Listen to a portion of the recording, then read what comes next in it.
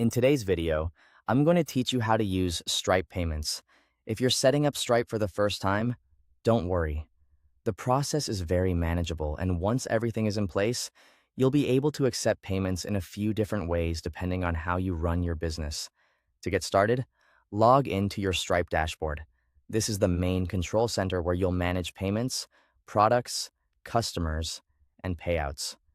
If you're new to Stripe, take a moment to look around so the layout feels familiar. Next, complete your business profile and verify your account if you haven't already. This step is important because Stripe may require business details before you can fully process payments and receive payouts.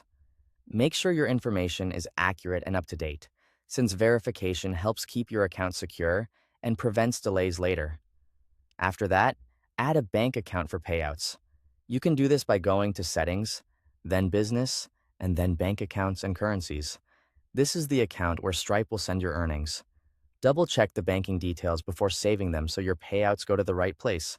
Once your bank account is connected, enable the payment methods you want to accept. Go to Settings, then Payments, and then Payment Methods. Depending on your region and business type, you may be able to accept cards and other payment options. Choose the methods that make the most sense for your customers. Now it's time to create what you're selling. Go to Product Catalog and click Create Product.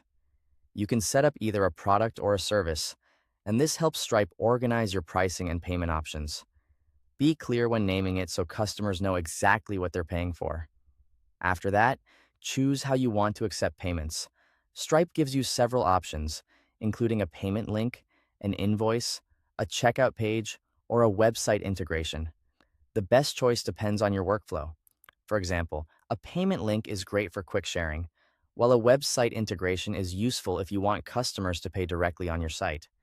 Once you've chosen your payment method, share the payment link, send the invoice, or direct customers to your checkout page.